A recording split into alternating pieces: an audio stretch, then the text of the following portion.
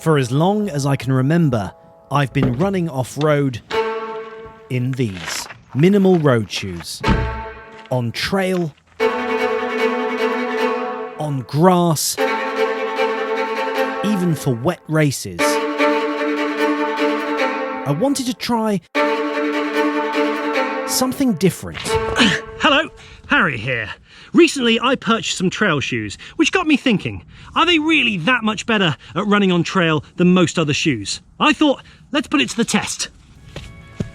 I enlisted the help of local athlete Joe. The shoes we'd be testing were walking boots, Wellington boots, business shoes, slippers, flip-flops, and of course, the trail shoes themselves. Having found an appropriately steep scree slope, we would be testing the grip and comfort of each shoe, followed by a water test. It was time to begin. So first one we're going to try is the classic walking boot. I'm pretty sure this is going to be fairly grippy, but as you can see, these things are pretty heavy and quite clumpy. But grip, I'm hoping it's going to be quite good. Looking down the trail, I began to run.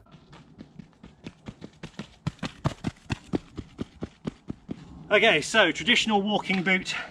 I'd give it an 8 for grip, so pretty good on the grip. I felt fairly secure apart from a few bigger stones.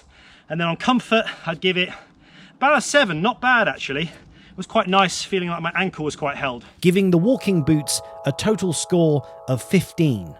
Okay, so this is an interesting one. Joe is now going to be trying his wellies. Quite clumpy, quite big, but the grip on there not too bad, and there is a fair bit of ankle protection, as you can see. Obviously the waterproofing is excellent, but how much that's going to come into play when descending a scree slope, we'll only find out. We'll get the marks from Joe, and we'll see how the wellies do.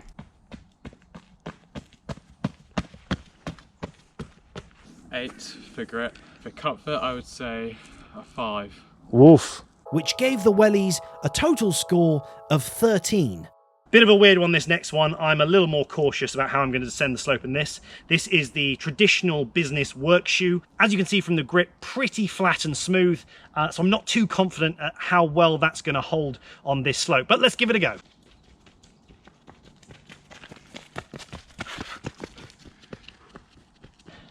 I'll tell you what, surprisingly, that wasn't as bad as I thought it was going to be.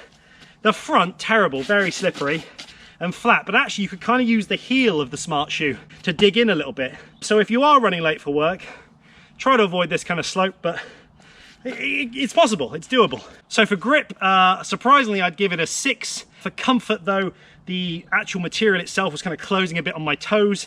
They're quite pointy, they feel a little loose, and generally the material feels a little stiff, so I'd give it a 4 for comfort. With a total of 10, this ranked the business work shoes as the worst shoe so far. This one I'm a little more nervous about. This is the traditional at-home slipper.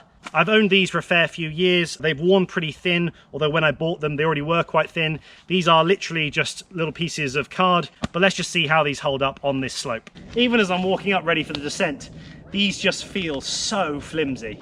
But you never know. Might be good for my foot strength.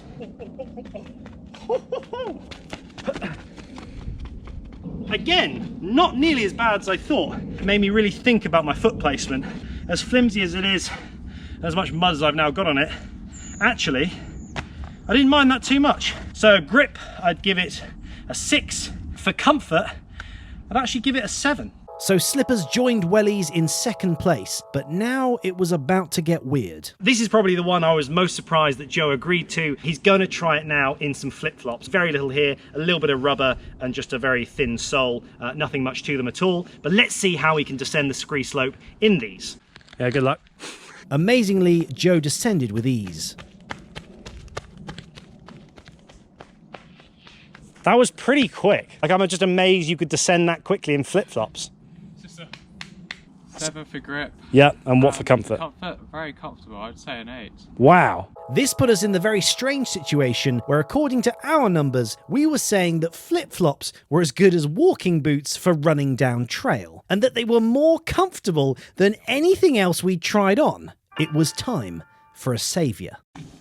Okay, this is it. the trail shoe. We've tried a lot of shoes here, some wacky, some weird, some wonderful, and we've been quite surprised. The question is the shoe that's really designed for this kind of stuff worth the money and worth the investment? With its strong continental grip on the bottom, its BOA lacing system, and its comfortable boost foam built into the center of it, will it be the champion of the shoes? Let's find out.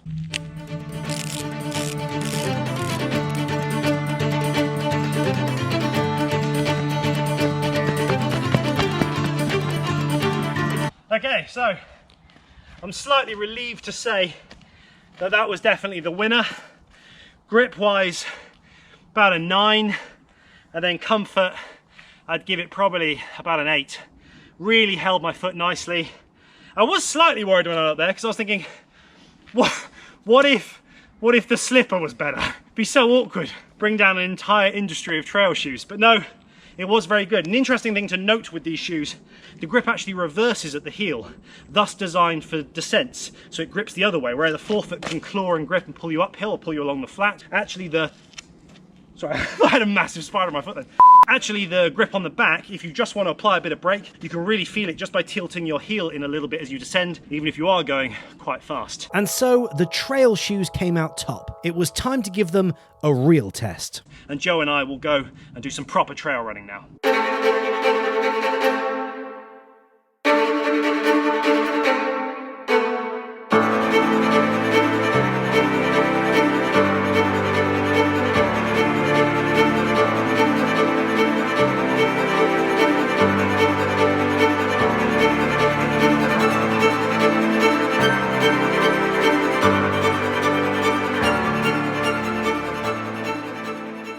So we know that so far these trail shoes have been the winner in terms of comfort and grip, but the real question is, will they be able to handle lots of mud and water? Well, we're going to put it to the test.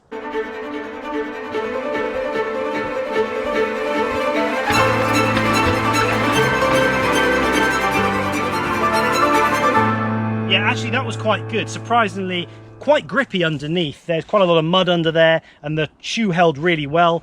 Also, actually not that much water got in. For a quick run, it wasn't too bad. A little bit of wetness at the toes, but it's not a waterproof trail shoe. They do exist. This one is not a waterproof version, so I was expecting a bit of dampness, but actually that handled wet and mud really nicely, so pretty impressed with it.